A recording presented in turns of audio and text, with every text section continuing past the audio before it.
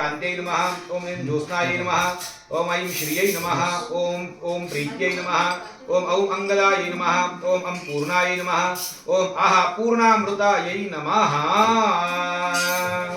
ओम फड इति संरक्ष असे सगळीकडे सगळ्या पात्रावरती संरक्ष मूलेन देवीं आवाह्य ओम ऐं ह्रीं क्लीं चामुंडायै विच्चे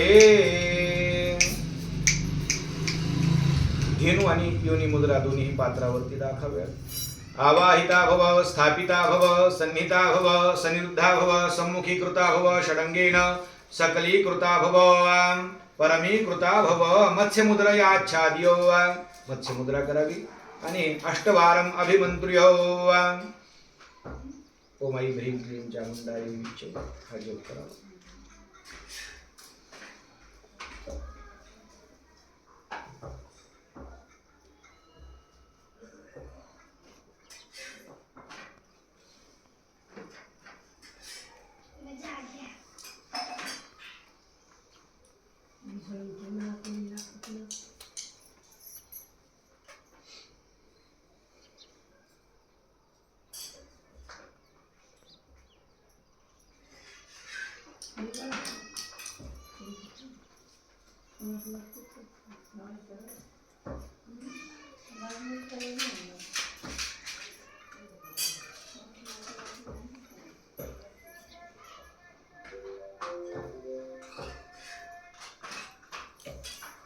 परत एकदा धेनु आणि योनी मुद्रा दाखवावी. धेनु योनी मुद्रांच प्रदर्श्य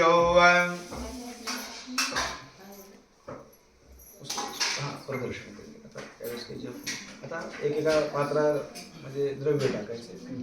तो पहिला कलश आहे म्हणजे काय आवश्यक ते पाणी त्यावेळेस. दुसरा सामान्य अर्घ्य आहे, त्यात गंधाक्षत फूल टाकावे. त्यामध्ये सामान्य अर्घ्यात विशेष अर्घ्यात पण सध्या गंधाक्षत फूल टाकतो ज्यावेळेस त्याचं द्रव्य घेतो. दोन्ही म्हणजे 2 आणि 3 नंबरची वाटणी दोन्ही गंधाक्षत फूल नाही कलश नाही. पहिलं जे आहे ते कलश म्हणून पाहतो. 2 आणि 3 नंबरच्या पात्रात टाकायचं. त्याच्यानंतरचं पाद्यपात्र आहे. पाद्यपात्रामध्ये जे दुर्वा विष्णुक्रांतावरून प्रक्षेपले विष्णुक्रांत जे आहे ते टाकायचे उपलब्ध आहे. विष्णुक्रांत आणली का? आणली त्याच्यात आणली